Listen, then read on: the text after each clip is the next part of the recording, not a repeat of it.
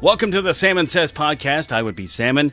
And thank you, first of all, to those who are protecting us in the United States on this coming up holiday, the 4th of July. Yes, Independence Day. The hot dogs are good. The fireworks are good. But it's about freedom. And it's about celebrating us as the greatest country in the world. And thank you to those who have served and who are still serving. And to those that did serve and lose their lives to protect our freedoms as well. So thank you very much, and let's celebrate the 4th of July here on the Salmon Says podcast.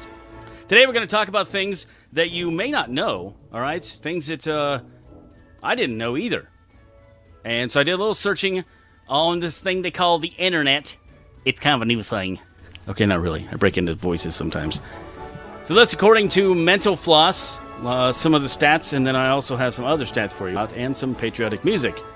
Things you didn't know about the 4th of July. The Declaration of Independence wasn't signed on July 4th or in July at all, for that matter. The document was formally dated, finalized, and adopted by the Continental Congress, which had officially voted for independence on July 2nd, the day John Adams thought we should celebrate. Early copies of the Declaration of Independence were signed by John Hancock and Secretary Charles Thompson to be given to military officers and various political committees, but the bulk of the other 54 men signed an official engrossed and finalized in larger print copy on August 2nd, with others to follow at a later date. Interesting, right? Speaking of John Hancock, when he goes to sign the Declaration, you ever notice how his signature's so big if you've seen it? Rumor has it he kind of did that in spite. The name John Hancock is synonymous with your signature, unless, of course, you're Tommy Boy. The movie Tommy Boy, John Hancock. It's Herbie Hancock. Dude. Anyways, that's from a movie. No, John Hancock has to do with your signature because his signature is so big. Now, legend says that Hancock wanted the King of England to see the rebellious signature without having to wear his spectacles. That's why he wrote it so big. Interesting. What else? The first celebrations weren't much different than today's. Independence Day celebrations began to take a bit more familiar more recent turn as early as July 18th, 1777 issue of the Virginia Gazette describes the 4th of July celebration in Philadelphia. Ringing of the bells, grand exhibition of fireworks, which illuminated the skies, and face of joy and gladness were universal. This is not good for me because my name is Salmon, and this is the Salmon Says podcast. Eating salmon on the 4th of July is a tradition in New England. I didn't know that. So those of you listening in Boston, please don't eat me. No, it's nothing wrong with that. That you can eat salmon, the fish, but just don't eat me. The tradition of eating salmon on the 4th of July began in New England as a kind of coincidence.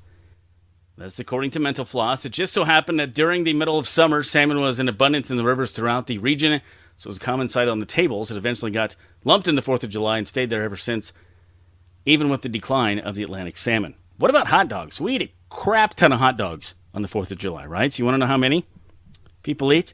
And I'm not a big hot dog guy, to be honest with you. If I never had another hot dog in my life, I would be fine with that. Just not a big hot dog dude. I don't know why. But there is a ton of hot dogs we eat every year. In fact, Americans consume 150 million hot dogs on the 4th of July each and every year. It's not about hot dogs, though, right? It's about freedom and our celebration of freedom. Let's do a song. It is the Salmon Says podcast.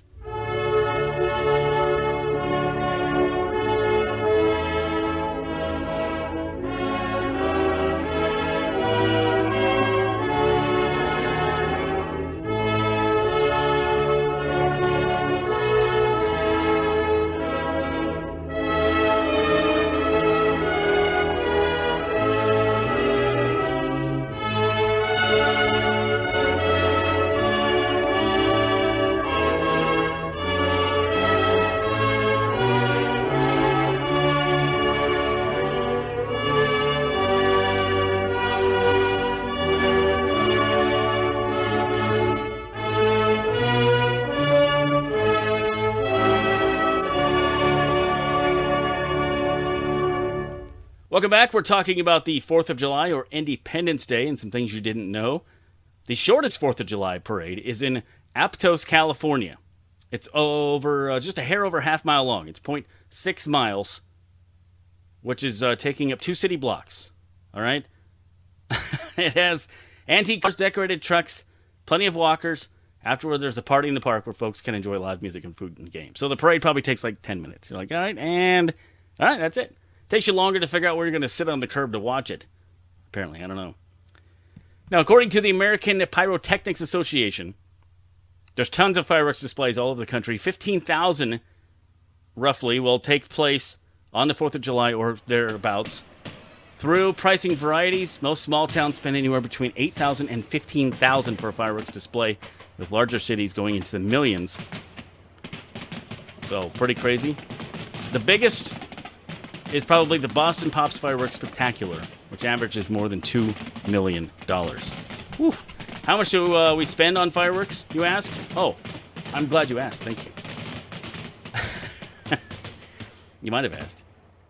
Americans spend around $211 million every year on fireworks. Over 74 million people have cookouts on the 4th of July. So enjoy the family, enjoy the freedom, but think about those soldiers who are still out there protecting us so we can do these celebrations. Think about those who have celebrated in the past. I have lots of veterans in my family. I have some active service members in my family. So thank you to all of you and those who fought the good fight and lost their lives so we can have this freedom as well. This is all for you as well.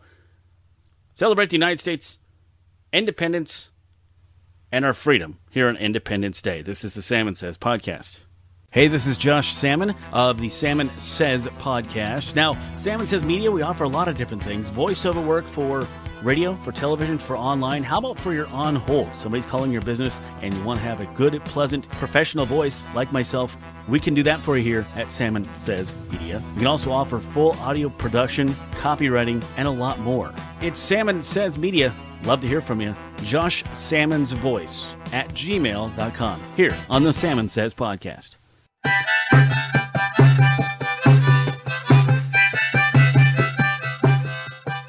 It's Salmon Says. Salmon Says podcast, talking about Independence Day or 4th of July, fun stuff. Did you know that there was a few presidents who passed away on the 4th of July and one who was born on the 4th of July? Thomas Jefferson and John Adams both died on July 4th, 1826, 50 years to the day after the Declaration of Independence was adopted. Oh, there's more. James Monroe, the nation's 5th president, died just a few years later on July 4th, 1831. Who was born on that day? July 4th, 1872 was the birthday of the country's 30th Commander-in-Chief, Calvin Coolidge. So impress your friends and relatives with those facts at the barbecue this summer, okay? Salmon Says podcast, talking 4th of July, Independence Day. Francis Scott Key urged the adoption of In God We Trust as the national motto, so thank you to Francis Scott Key. The 4th of July became an unpaid holiday for federal workers in 1870. In 1938, it became a paid holiday, and 1941 it was declared a federal holiday.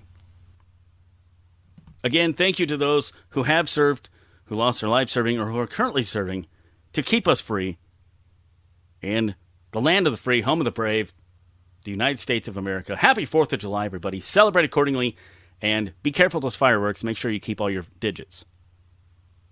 This is the Salmon Says podcast.